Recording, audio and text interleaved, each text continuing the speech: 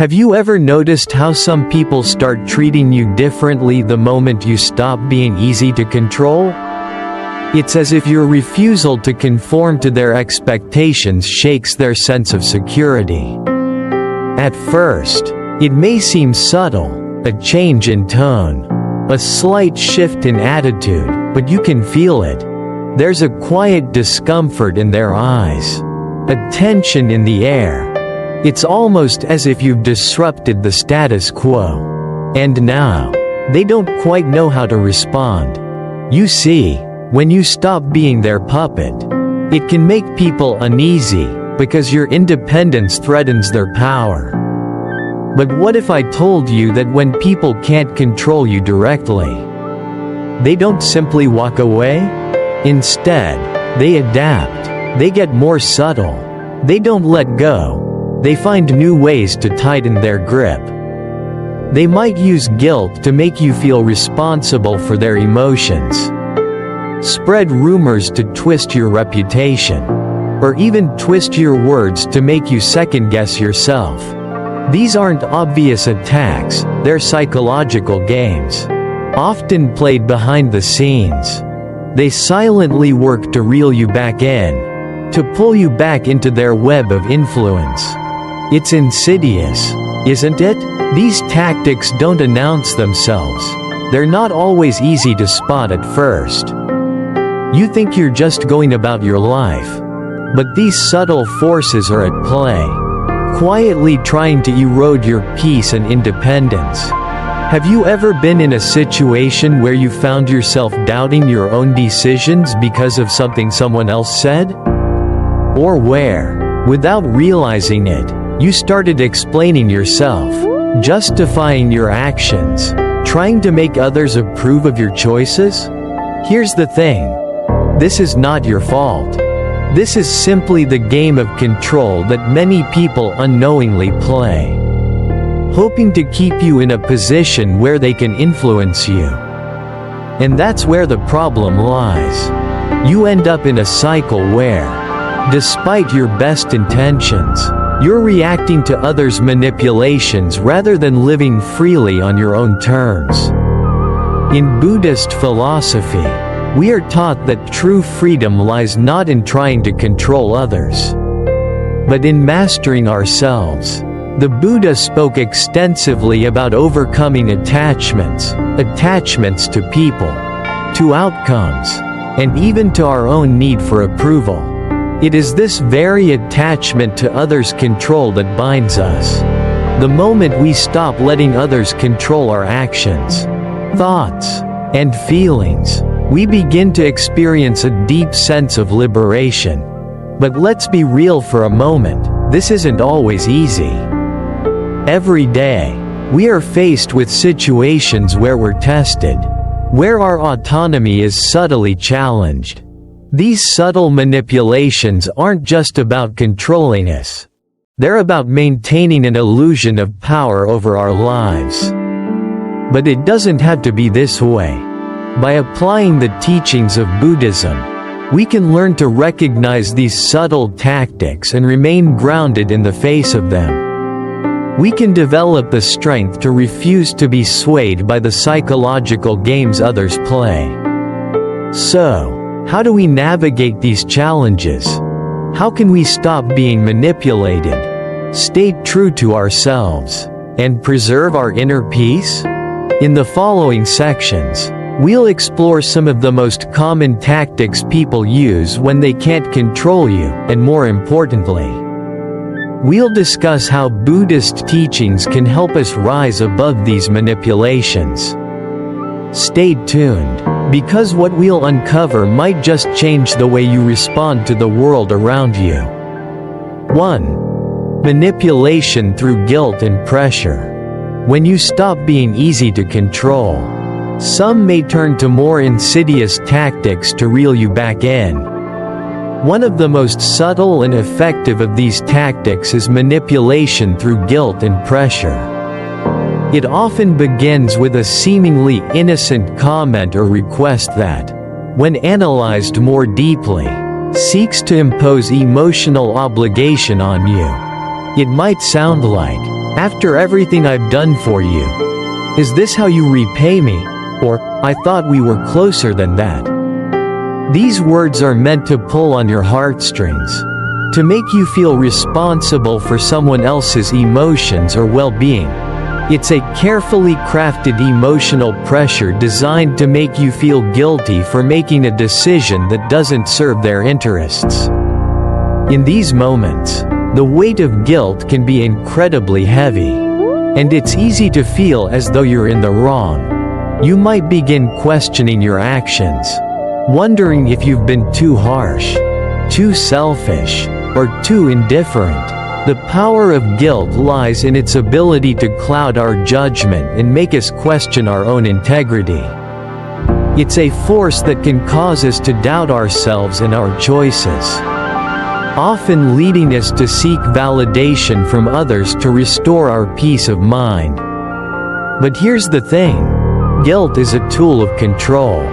It's a way to bind you to someone else's expectations and desires, instead of living according to your own truth. Buddhist teachings offer us a different perspective, one of clarity, equanimity, and mindfulness. In these teachings, we learn that we don't need to react to guilt. In fact, the Buddha spoke of how we must avoid being swept away by the emotions of others. When someone tries to make us feel guilty, it's important to pause and take a breath. We must recognize that we are not responsible for the feelings or reactions of others. Each person is responsible for their own emotional responses. It's not our job to carry the weight of their expectations or to bend to the pressure they impose. The Buddha also taught us that right speech, or samavaka, is not just about what we say, but about how we communicate truth and kindness. When we are manipulated by guilt, we may feel compelled to defend ourselves or explain our actions. But the Buddha reminds us that the truth doesn't need defending. Truth stands strong on its own. Instead of engaging in a cycle of justifying yourself, it's more powerful to let your actions speak for themselves. When we act with integrity, when we make decisions rooted in mindfulness and compassion, we automatically align ourselves with truth. Our authenticity becomes the response to manipulation. In those moments when you feel pressured to give in to guilt or emotional manipulation, it's crucial to maintain your sense of inner peace. This doesn't mean ignoring the other person's feelings. It means recognizing that their emotions, while valid for them, do not have the power to dictate your actions.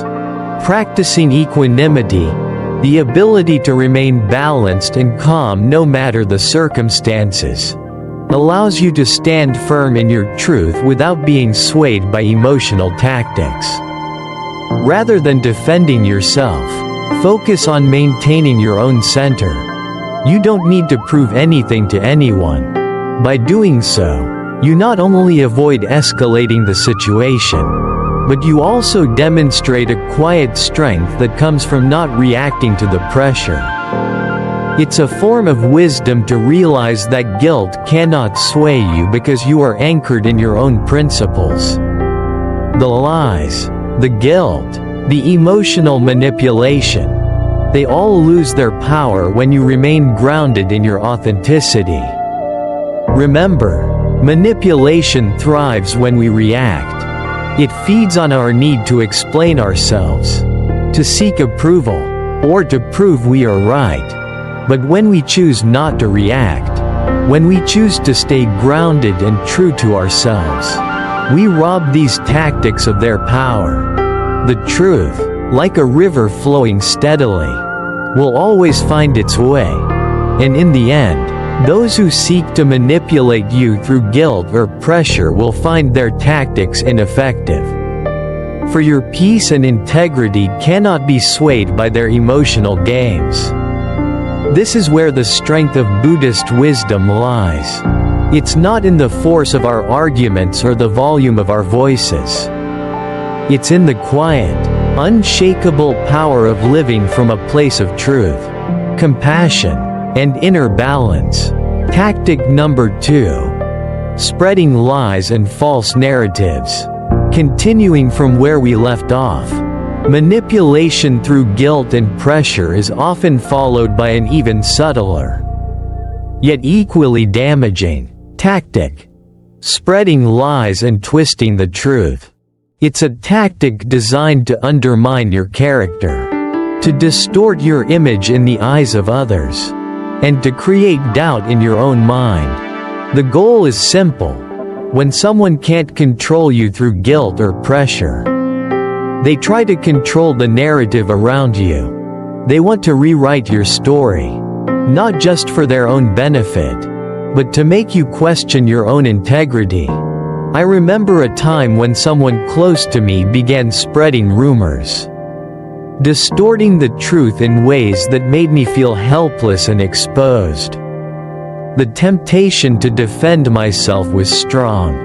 After all, who wouldn't want to clear their name and set the record straight? But the more I thought about it, the more I realized that getting involved in the drama would only perpetuate the cycle. In moments like these, the teachings of Buddhism offer us profound wisdom. The Buddha reminded us that truth does not need defending. Truth stands on its own. When others spread falsehoods about us, the best response is not to engage in a heated battle of words, but to remain steadfast in our own integrity. Words have power, but the Buddha's teachings on samavaka, right speech, encourage us to speak with kindness and truth. Right speech is not about defending ourselves against accusations or fighting back with harsh words. It's about choosing to speak with a heart rooted in compassion and understanding, always mindful of the impact our words have on others. When faced with lies or gossip, our first response should not be to defend ourselves, but to recognize that the more we react, the more power we give to the false narratives being spun. Instead, we should let our actions do the talking. I know it's not easy. The feeling of being misunderstood, misrepresented, or unfairly targeted can be overwhelming. There's an instinctive urge to fight back, to correct the lies, and to prove that we are not what others say we are. But in Buddhism, we learn that reacting to lies only keeps us trapped in the cycle of suffering. Every word spoken in defense only feeds the fire. Instead of getting caught up in the drama, we can choose to stay grounded in our own truth. By maintaining our integrity and practicing equanimity, we remain unaffected by the distortions others try to create. The strength we show in these moments doesn't come from reacting, but from staying calm, centered, and unwavering in our commitment to truth. Lies are fragile. They have no real foundation, no substance. They may seem convincing at first, but over time, they begin to crumble. When we stay true to ourselves and remain silent in the face of falsehood, we allow the truth to reveal itself naturally. Just as the Buddha taught that the nature of the world is impermanent, so too are the lies others tell about us. They may cause harm in the short term, but like all things, they will eventually pass. The strength we gain from not defending ourselves against lies is the strength of patience and understanding. It is the strength that comes from knowing that the truth, no matter how much others try to twist it, will always stand stronger in the end. Lies may spread quickly, but the truth endures. By refusing to react, we allow the truth to speak for itself. It's in our calmness, our unwavering commitment to integrity, that the lies lose their power. This is where the teachings of Buddhism guide us toward freedom. Freedom from the need to prove ourselves. Freedom from the desire to defend our image. and freedom from the pain that comes with being misrepresented. When we embrace the wisdom of Samavaka and let our actions reflect our true selves, we no longer need to fight back. The truth speaks loudly enough on its own. And over time, it is the truth that will shine through, stronger, purer, and more enduring than any false narrative ever could. Tactic number 3. Playing the victim. Continuing from where we left off. When someone cannot control you through guilt or manipulation, they may resort to one of the most subtle and dangerous tactics, playing the victim. This is one of the oldest psychological games in the book. It's often disguised as vulnerability or an innocent plea for help. But underneath it is a desire to gain sympathy and control over you. Imagine someone who constantly portrays themselves as the innocent party. Someone who always seems to suffer at the hands of others, turning every interaction into a pity party. It's as though they are never responsible for their own emotions, always casting themselves as the victim of circumstances.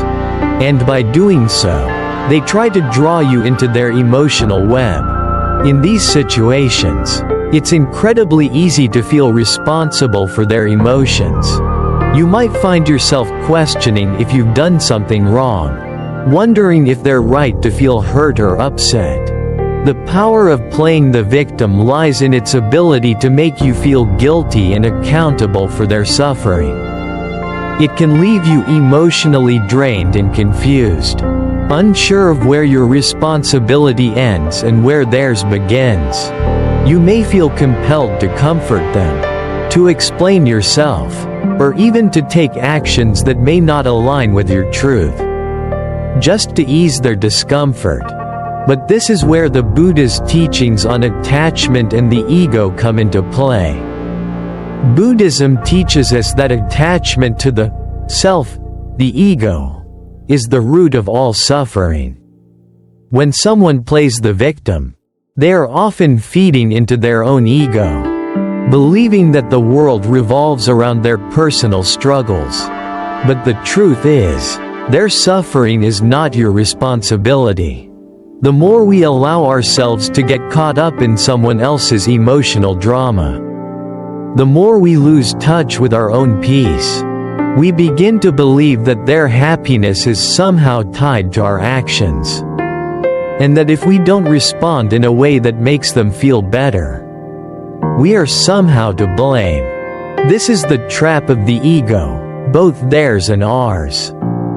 The key to navigating these situations is mindfulness.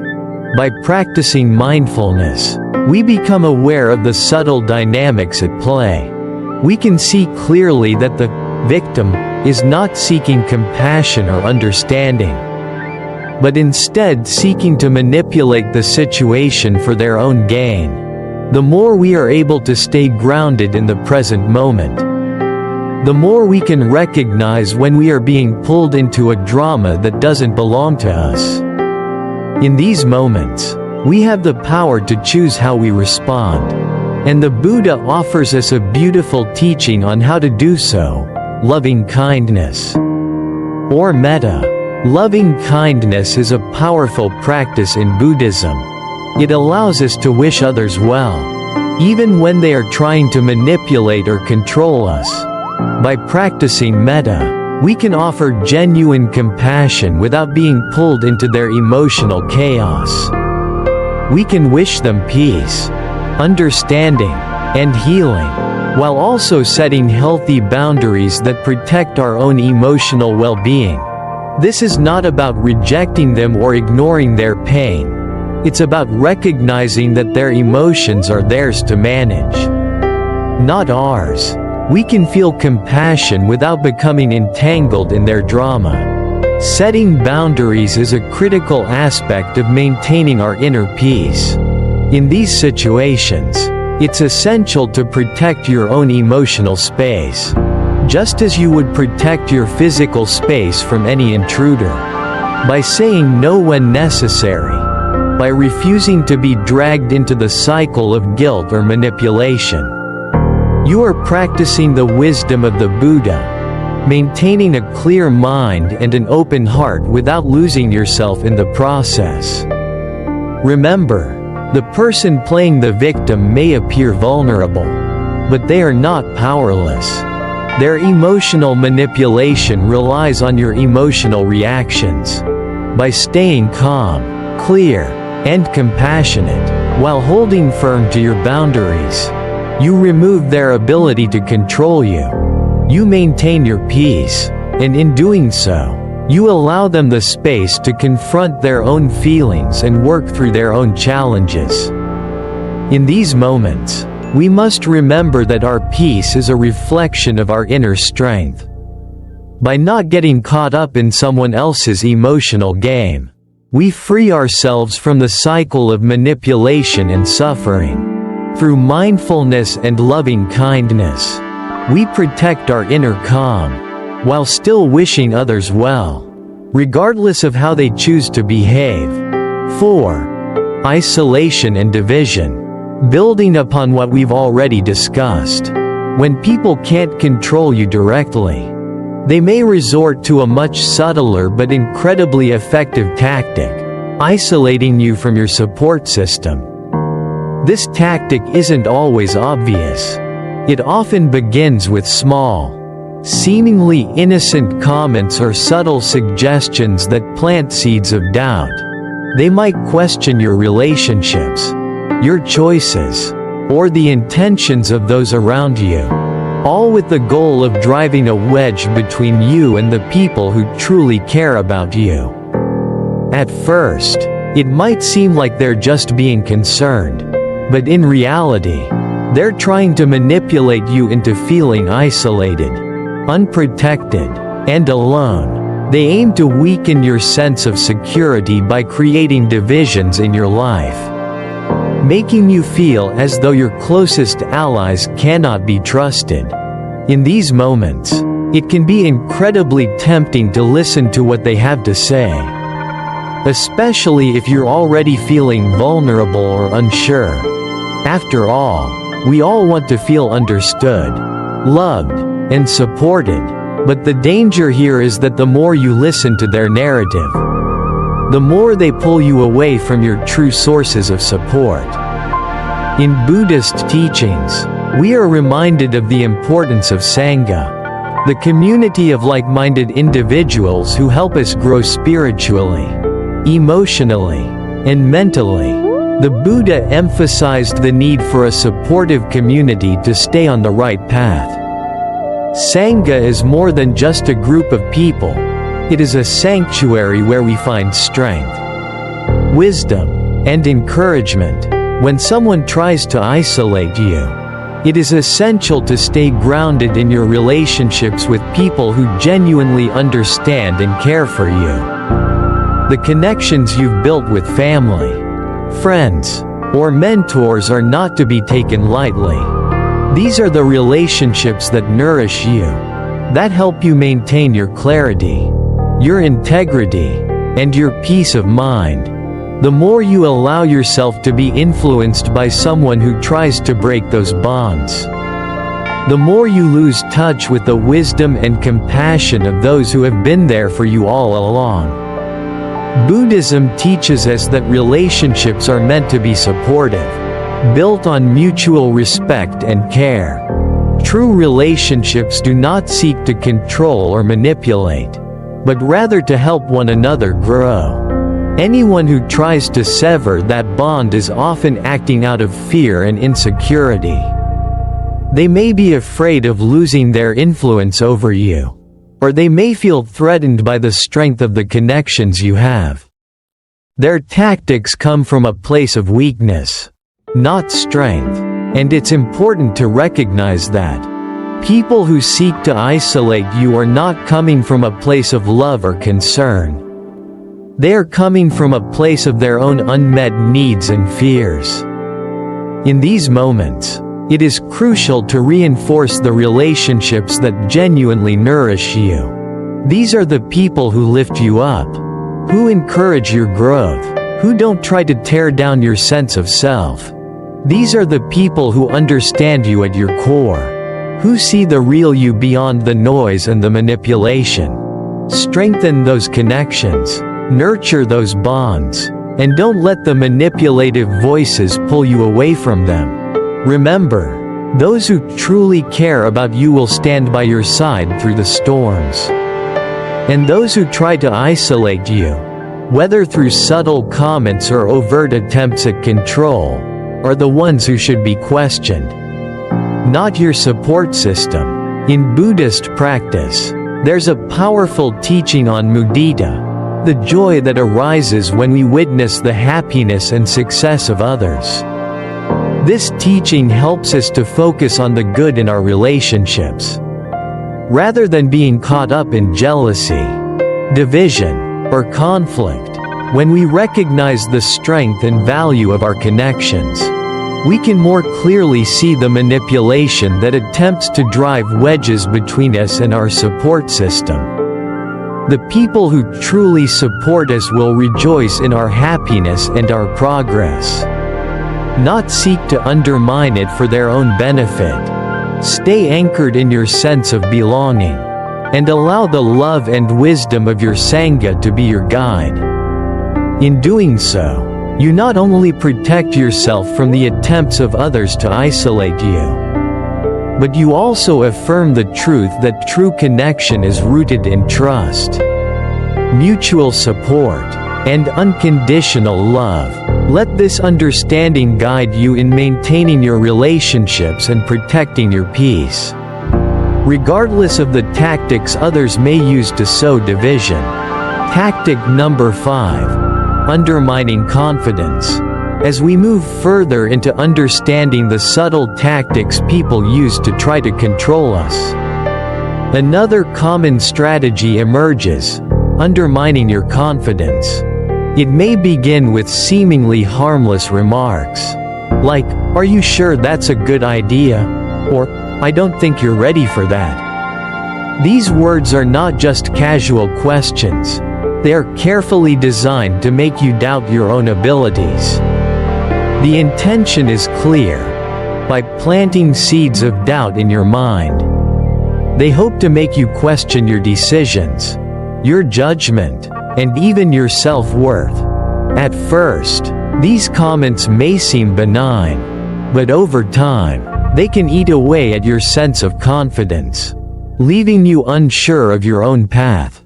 In these moments, we are truly tested. When someone tries to undermine our confidence, it can be tempting to second-guess ourselves or even abandon our plans in search of reassurance. But Buddhism teaches us a profound truth: that true confidence does not come from external sources. It does not arise from the approval or disapproval of others. True confidence is rooted in inner peace, self-awareness, and a deep understanding of our own nature. The Buddha often spoke of the importance of looking within, of understanding that we are already whole and complete in our essence. There is no need to seek validation from the outside world because, in reality, we already possess everything we need to move forward with clarity and strength. When others try to shake your confidence, it's a powerful reminder to reconnect with your inner wisdom. Self-awareness is key here. Rather than looking for approval or justification from others, you must learn to trust in yourself and your journey. The more you practice mindfulness and self-reflection, the more you will come to realize that your choices and decisions are valid. Not because others agree with them, but because they align with your truth. Your path is uniquely yours, and no one else's opinion should hold the power to deter you from walking it. The Buddha taught that all beings are inherently complete and that our true nature is not dependent on the judgments or perceptions of others.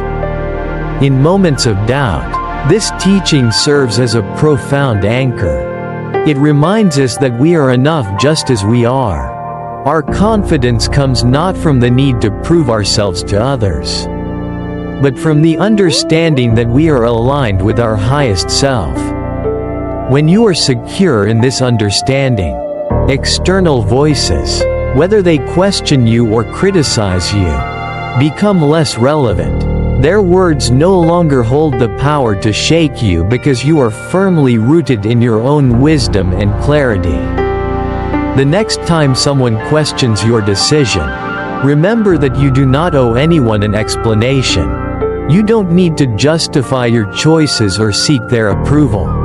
Your decisions are yours to make, and you are more than capable of handling the consequences of those decisions. In these moments, you can practice steadfastness, holding firm to your convictions without feeling the need to convince others of your worth. This is the strength that arises from true self-confidence. It is quiet but unshakable. Buddhism teaches us that our power lies not in controlling others or seeking their validation, but in mastering ourselves and our emotions. When you stop seeking approval from others, you free yourself from the chains of external judgment. You no longer base your sense of worth on how others perceive you. Instead, you base it on your understanding of who you truly are. This is where real confidence is born, an unwavering trust in yourself, your decisions, and your path. The journey of building this kind of inner confidence requires practice. It means recognizing when someone's words are designed to provoke doubt and choosing not to engage with those doubts. It means standing firm in your truth, knowing that you are complete as you are. When you begin to trust yourself, the external world loses its power to define you. Instead, you define yourself by your inner peace, your wisdom, and your unwavering commitment to your own path. Remember, your confidence comes from within, and no external voice can ever take that from you unless you allow it. Stay grounded in your truth, and let that inner strength guide you forward. You don't need anyone's approval to be confident. You just need to trust in the wisdom of your own heart. Tactic number 6. Emotional provocation. Continuing from where we left off. One of the most insidious tactics people use when they can't control you directly is emotional provocation. This tactic is designed to push your buttons, to get under your skin, and to provoke a reaction from you, usually one that is rooted in anger or frustration. These people know that when they succeed in provoking you, they gain power over your emotions. They get to dictate how you feel, how you react, and how you behave. Your emotional response becomes their tool of control.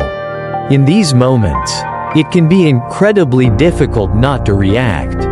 But this is precisely where the wisdom of Buddhism can help us navigate such challenges.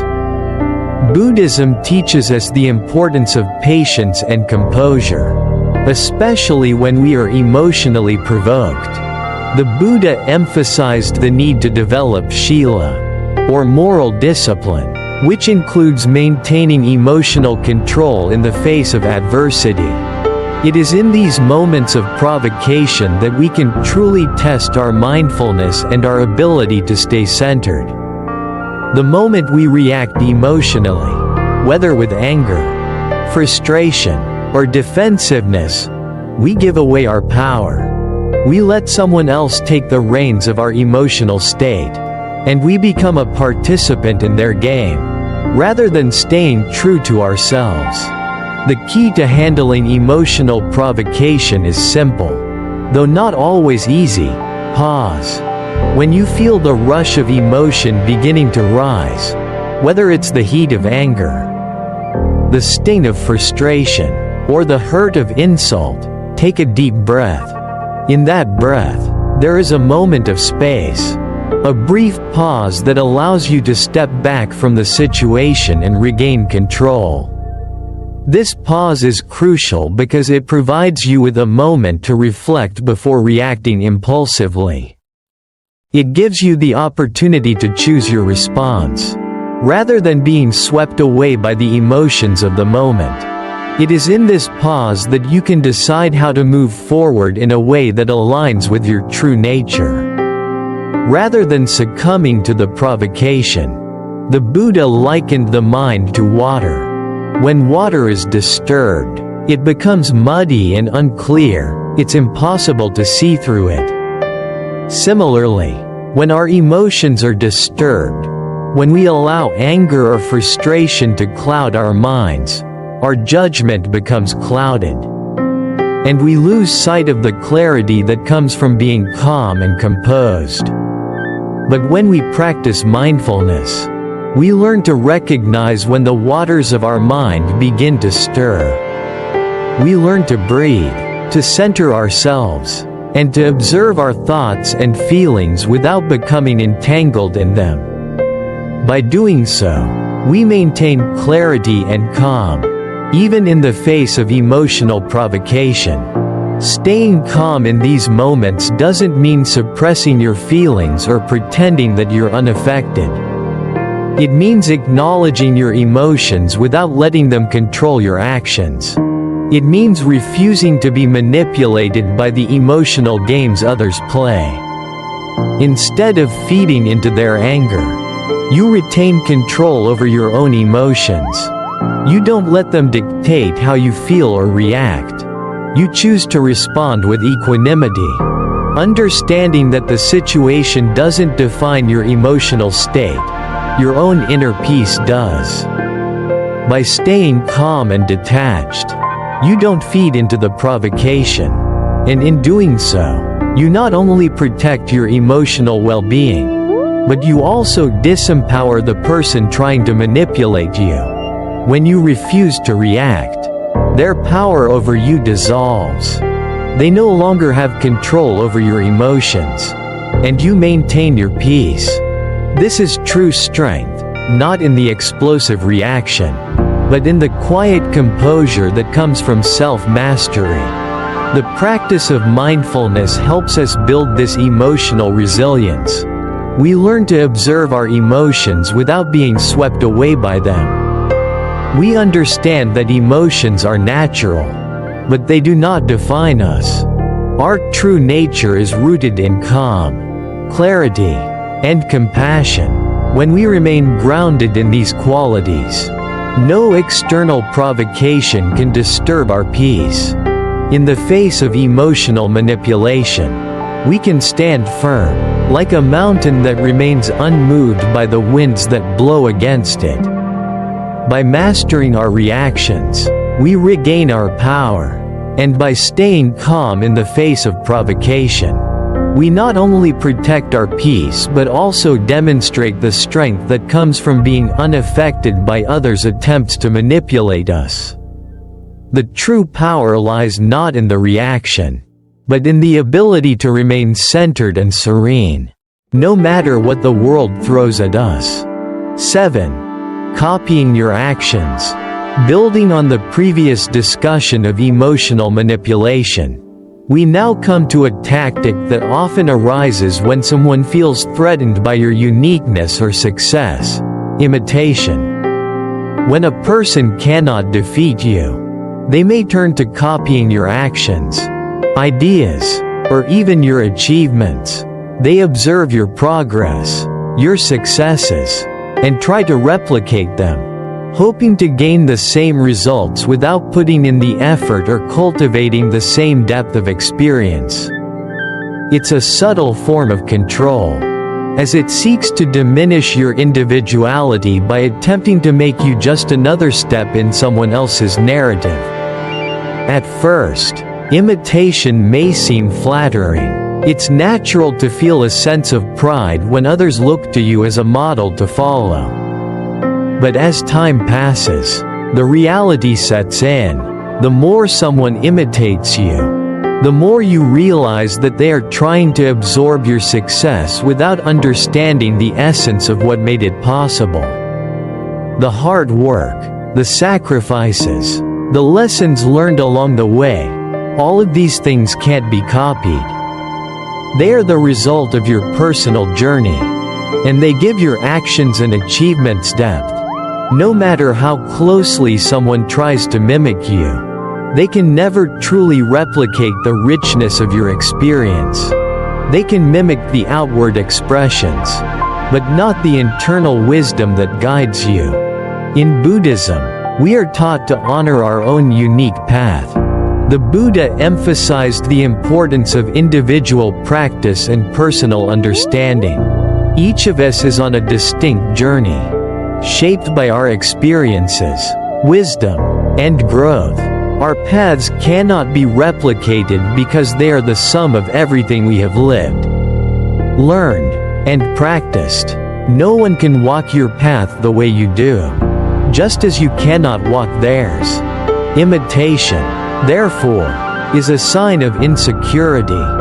It comes from a place of fear, a belief that success or fulfillment can only be achieved by copying someone else, rather than by finding one's own way.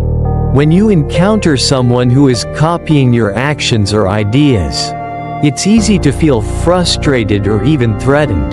You might wonder why they can't find their own path, or feel resentful that they are profiting from your work without putting in the same effort. But in these moments, Buddhism offers us an important perspective. The Buddha encouraged us to focus on our own path and not to be distracted by what others are doing. The more we grow, the more we realize that our progress cannot be stolen. Your unique journey is yours alone, and no one can take that from you, no matter how closely they follow in your footsteps. This recognition is deeply freeing. When we stop worrying about who is copying us or trying to take what we've created, we are free to continue evolving, growing, and creating in our own unique way. Imitation only becomes a problem when we allow it to consume us. When we compare ourselves to others and feel threatened by their attempts to replicate our success. But in reality, the more they imitate, the more they reveal their own insecurity.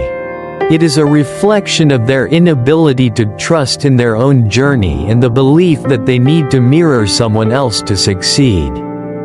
The best way to handle imitation is to stay focused on your own growth.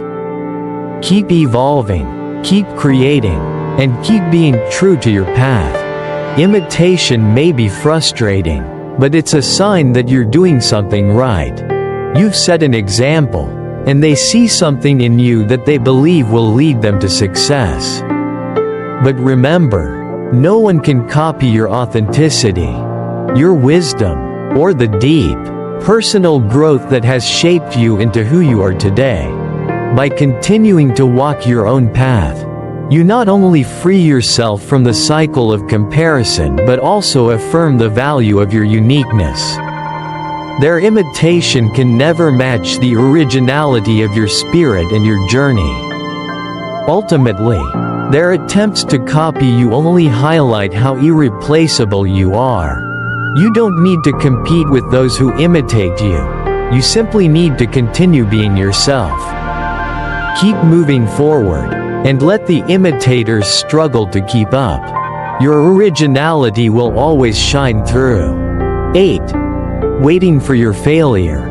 As we continue to explore the tactics people use when they can't control you, we come to one of the most insidious, waiting for your failure. This is the tactic where someone pretends to be your supporter, smiles in your face, and says all the right things. But deep down, they are hoping that you stumble. They secretly wait for the moment when you fall, so they can say, "I told you so." It's a subtle form of sabotage that thrives on your success being undermined. They act like they have your best interests at heart, but their true desire is to see you fail, so they can feel vindicated in their own doubts and fears. At first, It can be difficult to recognize this behavior because it often masquerades as concern or helpful advice. They might say things like, "Are you sure you can handle this?" or "That seems risky." Be careful. But if you listen closely, you'll hear the underlying tone, the desire for you to fail. Even if they won't admit it openly, their words are not truly supportive. They are designed to plant seeds of doubt in your mind, to make you second-guess yourself and question your path. The more they whisper these doubts, the more they try to pull you off course, subtly feeding their own insecurities in the process. Buddhism teaches us to avoid attachment to both success and failure. The Buddha emphasized the impermanence of all things, reminding us that both success and failure are fleeting. They come and go, but our inner peace and integrity are what truly define us. When we become attached to the idea of proving others wrong or achieving external validation, we lose sight of the most important thing, our own personal growth. Success is not about showing others that they were wrong, nor is it about winning in a way that pleases the world. It's about walking your path with authenticity, integrity, and understanding. True success, according to Buddhist teachings, is rooted in the wisdom we cultivate through our experiences, not in the applause or approval of others. When you find yourself dealing with people who are waiting for your failure, the best course of action is to stay focused on your journey. This is not about being dismissive or harsh toward them. It's about recognizing that their opinions, their doubts, and their expectations do not dictate your reality. You don't need to prove anything to anyone. The moment you let go of the need to justify your decisions or seek approval, you free yourself from the weight of their judgments. You take back control of your life and your path. By staying grounded in your own values and trusting in the wisdom you've cultivated, you can navigate these challenges without being swayed by the negativity of others. Adversity will come, as it does for all of us, but it is how we respond to that adversity that truly matters. Rely on the strength you've developed through your own practice and experience. Trust that the true measure of your success is not in external validation, but in the growth you experience through your efforts. When you walk with integrity, your progress will speak for itself, and those who wait for your failure will eventually see that their expectations have no power over you. In these moments, it is important to remember that those who seek your failure are often projecting their own fears and insecurities onto you. They may doubt your abilities because they are unsure of their own. By continuing to move forward with confidence and grace, you not only prove them wrong but also demonstrate the power of staying true to yourself. Their opinions lose their hold over you when you stop seeking their approval and focus instead on the path that feels right for you. Ultimately, the most powerful response to those who are waiting for your failure is to let your actions speak louder than their words. Let your growth, your integrity, and your perseverance be the evidence of your success. When you stop caring about proving anyone wrong and start focusing on your own journey, you align yourself with a deeper sense of fulfillment. True success isn't about defeating others. It's about overcoming the obstacles within ourselves and continuing to evolve on our unique path. No matter the doubts others may cast along the way. As we've explored today, there are many ways that people try to control or manipulate us, often through tactics that are subtle yet powerful. These challenges, while difficult, can be seen as opportunities for growth. Buddhist philosophy offers us a path to freedom from the control of others. freedom from the heavy shackles of guilt, fear, and self-doubt that so often cloud our judgment. The Buddha's teachings remind us that the key to navigating these challenges is rooted in self-awareness, mindfulness, and loving kindness. When we face manipulation, we don't need to engage in conflict or waste energy trying to prove ourselves to those who seek to undermine us. Instead, we can simply continue on our path with patience, wisdom, and integrity. By applying the principles of Buddhist philosophy, we learn to remain calm and centered, allowing our actions to speak for themselves. True freedom, as the Buddha teaches, lies not in controlling others, but in mastering ourselves. When we master our reactions, stay true to our values, and respond with compassion instead of resistance, we take back our power. It's natural to feel frustrated or discouraged when others try to manipulate us. But remember that these situations don't define us. They are simply part of the journey. By cultivating mindfulness and maintaining our peace, we reclaim our sense of self, and the influence of others over us diminishes. In the end, it is not their words or actions that determine our peace. It is how we respond to them. Your strength comes from within, and your path forward is shaped by the choices you make, not by the opinions or tactics of others. I'm so grateful you took the time to watch this video today. I hope that the insights shared here will help guide you through your own challenges and lead you toward a more peaceful, mindful life. If this video resonated with you, I invite you to like, comment, and share your thoughts below.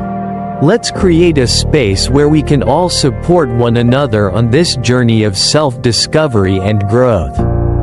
Remember, you are not alone in this, and every step you take toward self-mastery is a step toward greater peace and fulfillment. Please subscribe for more content on how to live a mindful, peaceful life, and continue walking your path with wisdom, compassion, and strength. Thank you for being here, and may your journey be filled with light and clarity.